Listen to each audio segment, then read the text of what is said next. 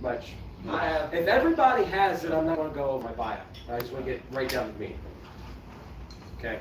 What? Okay. I guess the ultra short version. Grew up super poor, not doing too bad. I'm on social media. Got millions of subscribers, over 1 billion video views.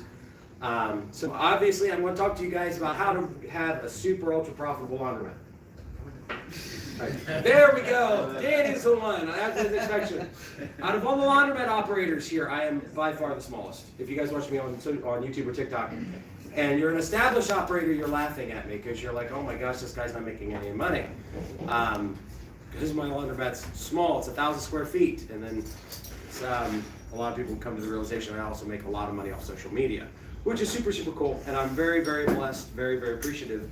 So rather than me talk to you guys about building the greatest laundromat, if you want to know how to do a laundromat right, and then you want to learn scale operations, Luke and Lee and Peter are probably the best people I've ever run into in this industry. I'm not saying that there's not people out there that are better or comparable, but in my conversations with them, they're all solid guys and they know what they're talking about. So rather than me go over that stuff with you, I wanted to talk to you about something that I'm pretty well experienced in, and that's social media and building a brand. Because for me, it's one of those things that I think every single one of you can have value in your life when it comes to your business or your future business. We had a show of hands earlier, and it seemed about half of the room already has that business, that laundromat that you want, that you've aspired, you've worked, you've invested a lot of your time into. And the other half of the room, that's where you want to be. But my encouragement to you, and the thing I hope you take away from this, is I think all of you need to have a brand now. Not when you have your laundromat, not down the road when you're negotiating with a landlord. You need to start one right now. And for some people that can be overwhelming, I get it. But for me, it's one of those things that has brought me continual value in every business that I own. A lot of people watch me for the laundromat. Out of all the businesses I operate, my laundromat operation is the least profitable. I don't talk about on social media too much, but my car wash operations this year, we should clear a little north of $400,000. And that's between the two. And then I've got 135 rental doors, also in a trailer park, and just lots of different businesses that I own. And the thing I keep coming back to is if I've built a successful brand, that business will flourish, and I can use that brand to get even more value. But if I haven't built a brand, and I haven't figured out how to market, how to do anything, and social media, online is always my favorite because it's the easiest, in the way that it's all marketing based, meaning, or it's all knowledge based. If you want to do something, you don't have to spend a lot of money. If you want to outsource it, and you hate doing it, it's something that you can get away with. Luke and Lee and Paul are just, the guys here that outsource their operations are absolutely amazing. And as a new operator, you'll find you probably don't want to outsource. There was a big debate on cards and coins, and I'm all coins because number one, I make a lot of money off social media, so I'm probably not going to ever get rid of quarters. But the thing is, on both of the guys that we heard earlier, they care about what do their customers want.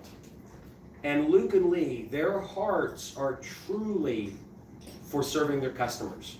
They talk about how 60% of their users are a single mom that brings in a week's load of laundry, and they know it down to the poundage of how much laundry is that person going to bring in.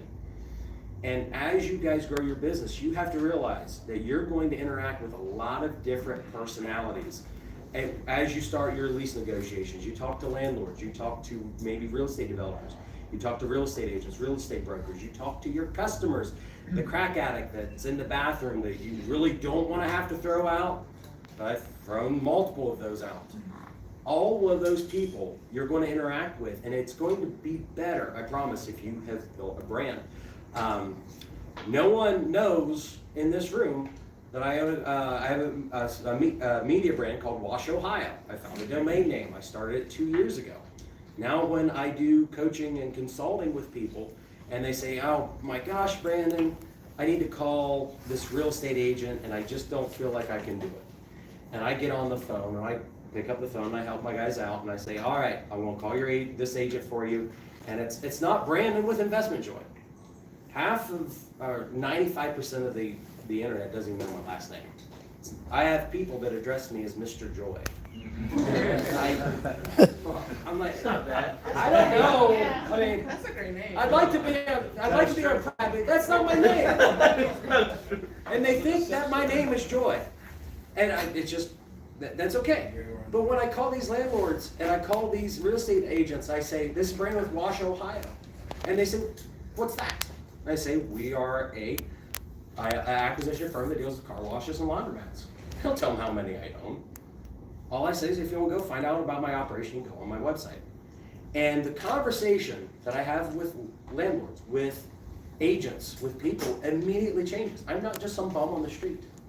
Immediately the context is shifted to, oh wow, Brandon's a professional and he's got this brand that cost me $9. So whenever I'm from the Midwest and we have stores like Rural King and Tractor Supply. Do you guys know what those places are? Yeah. I love going on those places. In the summer, I can hear my name in the distance because they have those little baby chicks and they keep going cheep, cheep, cheep, cheep, cheep. It's great. I feel like I've entered my kingdom. And my kids and my wife all say the same thing. Look, buddy, or my kids say, Daddy, they're calling your name. I'm like, yes, I can hear the chicks. So if you could build a brand, which all of you are capable of doing, I promise. I've talked to several people last night and said, well, I don't have a good stage persona. I don't have a good voice. I don't look good on camera. It doesn't matter. With most of my brands that I actually impact or I work with my consumers, they never see my face. They see Trippy's Laundromat. They see Royal Car Wash. They see Wash, Ohio. They see the Scioto Post, my newspaper company. They don't see me. They don't know that I'm the person that's involved in those organizations to do business with me. I pulled the numbers earlier, just a little bit earlier today. Airbnb, everybody's heard of Airbnb, right? They did last year $129 billion worth of revenue. Lots of money. That's what we mean, Airbnb. So Airbnb does about 25 times the revenue a year than the laundromat industry.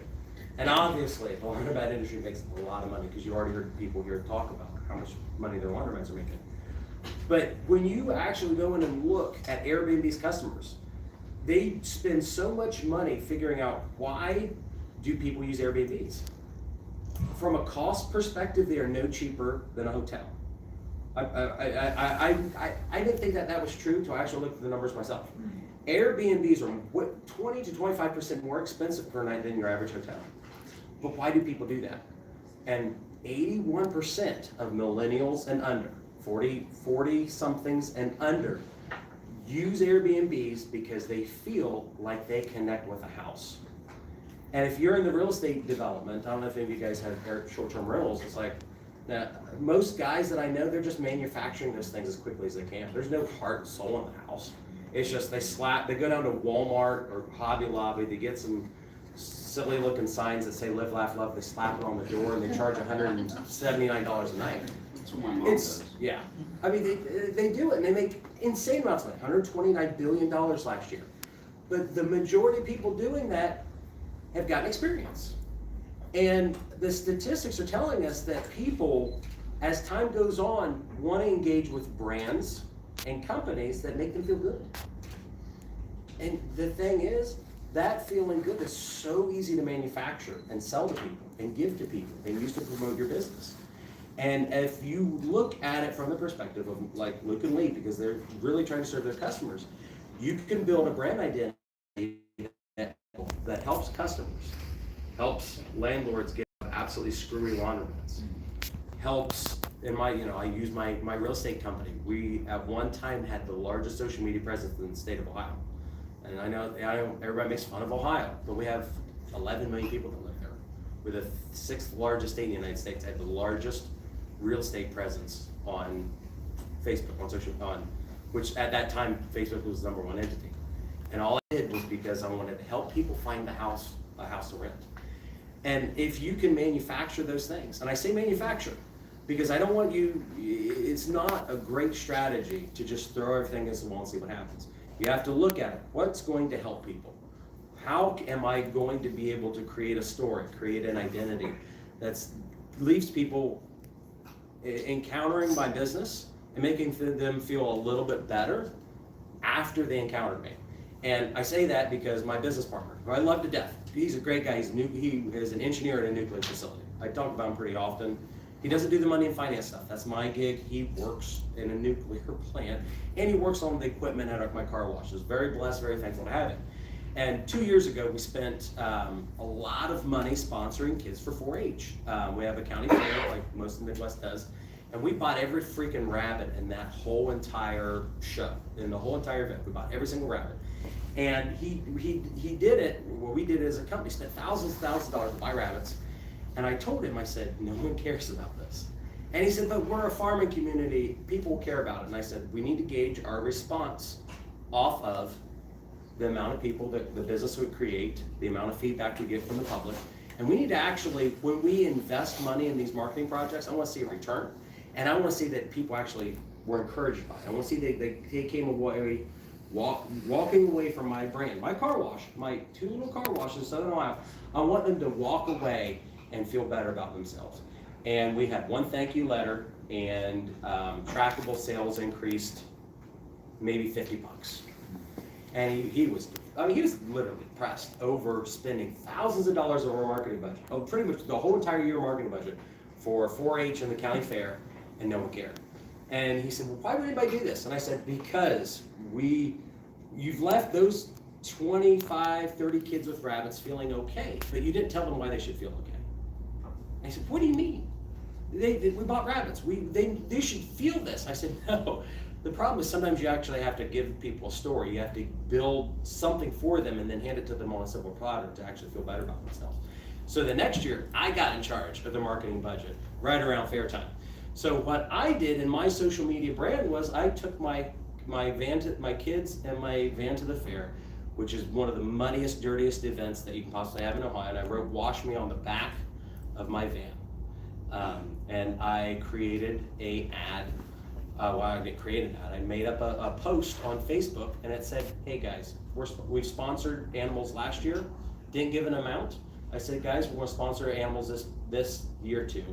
I'm going to give everybody that cares about the county fair an exclusive discount. I want you to type in 4321 on my kiosk for the car wash and let me know that you use my car wash. Just saying, essentially, I support our community, go use my business. We had over 30,000 people see that free post on Facebook. I did $7,500 in trackable sales. It cost me 3 minutes of my time to make that. And I'm not saying I'm a marketing guru, but what I do is I try to look at my customer base the same way that Luke and Lee, and any of the good laundromat operators here, and say, what do they need? How can I give it to them the quickest, best way possible? And how do then I give them an experience that makes them feel good that we actually did business together? Because one of my big concerns, it's like where all of this comes from in all of my brands, is a lot of people hate business owners. Like, I mean, we've got other people here on YouTube, but I get like regular death threats. And I get lots of really nasty comments. And it's not so much because I have a dumpy laundromat or we have people smoking crack in there once in a while, but it's because I actually run a business. And I run a profitable business. And the thing is, I find as time goes on and I give people really good experience and they are happy they did money with me, I build a little bit of equity between me and those people, the people that really don't want to come to my laundromat, just hate me. And it's really, really nice because I feel like as time goes on, if businesses would build better brands and then they would look at them from a client perspective or the person that you're dealing with, then they'll not only become loyal customers, they'll care about your brand, they'll be huge advocates for you, they'll tell your friends, and it'll just be that like social lubricant that I think Danny was mentioning about earlier. It's almost like a lubricant between you and your customers in the world you deal with. And then every so often you'll have to cash that. You have equity between you and your customer base, and you can cash a check. Where my laundromat is in Southern Ohio, for instance, they wanted to raise water rates on us. They were going to make a choice in the city where water rates are going to triple, which in my case, it's not that, I mean, I don't do that much business, but I'm already at like 9%-ish for water consumption for my laundromat. So them raising rates by 300% over the course of the next 5 years would just absolutely slaughter my laundromat. And it was slaughtered a lot of other businesses that use utilities. I don't have any car wash in that town, but it would just destroy the car wash too. So I built a lot of equity in between my customer base.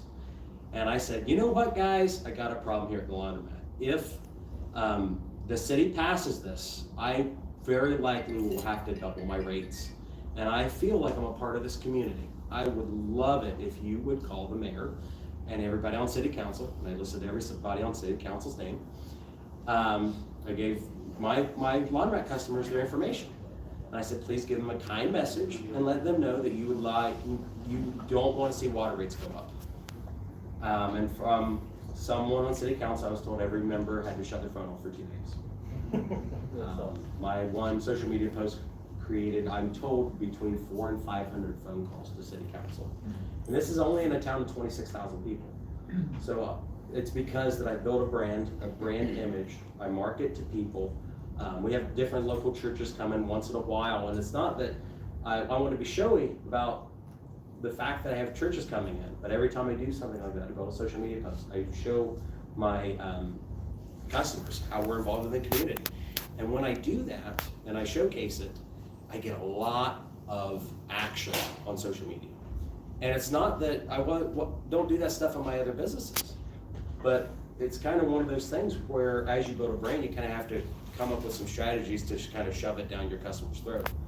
And because if they never see you or your brand, it's a really odd situation where they never think about it. But if you're repetitive, you build a system, you build a process to continually market to your customers, and build that bridge between you and them, it works so well. And if you do it right and you build a general brand, and it could be based on you as a person, or it could be based on a mission goal that you have, you can use that brand to go after whoever it is, whether it's landlords, your customer base, or whatever, because a lot of my brands are generic. I own a company called Mid-Ohio Rentals, and I use that to bird dog real estate deals. I use that to bird dog wholesale deals, kind of how I acquired my self-storage facility. And just doing social media posts. I would love to create more affordable housing in my community. Can you guys help me find abandoned and condemned properties? I'd love to turn them into safe, affordable housing. I'm not going to do that in every case, but that's how I word it to my customers, and it's like a wildfire. I'll have 100 people send messages to me and say, oh, I know a blighted, condemned property. I know some commercial space, something that needs to be made profitable in my community. So every time I engage the public, I try to figure out a way, how can I show value to them? How can I put myself in their shoes so that if I get what I need to out of them, they'll feel better? Just like that mentality that millennials have, most Airbnb's customers have. They want to create a memory, they want to feel good after they pay 30% more to stay in a place. You're creating kind of these memories or these opportunities for people to engage with them. So, how long have I spoken so far? 19 minutes and 40 seconds. Holy crap. There's no time limit. Well, the big thing is I want to be respectful of everybody's time. I think that's about all I had for social media. Does it make sense? Yeah. Because I can't harp on it enough. Because as you go into, for you new people that have to negotiate with your landlords, if you can do it as a brand, and brands are almost free, you can go to Fiverr.com, have somebody make a logo for you for $20. You can buy a domain name for $9.95. You can find a kid, any kid that can operate something. You need to do things with technology, hire a kid. There's 1,000 kids out there that will make TikTok videos for you. Should you ever want to do that for $5? Yes. One of them's in the room, Eric. Huh? You have a question? Yes, so you started your segment by saying, like, before you do anything else, create a brand. Yes. And then you speak of all the brands that you have. Do you feel like you have like one overarching brand? I think most of us know you as Investment Joy, but do you have one overarching brand, or are you just multiple brands? It's multiple brands based on my segment. when I initially started off, everything I did was under the Mid-Ohio's brand. Okay. And it just got to a point that I wanted to get into laundromats. I thought, well, I need a spin-off brand. And that's when I came up with Trippy's Laundromat, or we acquired Trippy's Laundromat when I acquired that business. Then I thought, well, I don't want to use the laundromat brand for my car washes, but what would really be nice was I could find a generic brand for laundromats and car washes, which is what I did in Ohio. And it's really easy to find anything, there's things called like brand spinners online or domain finders. You give, it's like artificial intelligence thing. You just give it some keywords of laundromats, water, clean, suds. Think of 20 different words and it'll just generate potential brand opportunities that are there. And I'm not big on acquiring a brand, like unless it really makes sense. I regret buying my newspaper. We bought a newspaper in Southern Ohio for $8,000 back in 2017-ish. And newspaper world, it's 100 times larger. And I realized that I shouldn't have paid $8,000 to buy a failing newspaper. I could have just made my own. You say brand, what does that encompass? Is that like you starting like an Yeah, LLC? like personal like brand or personal- like for the person who hasn't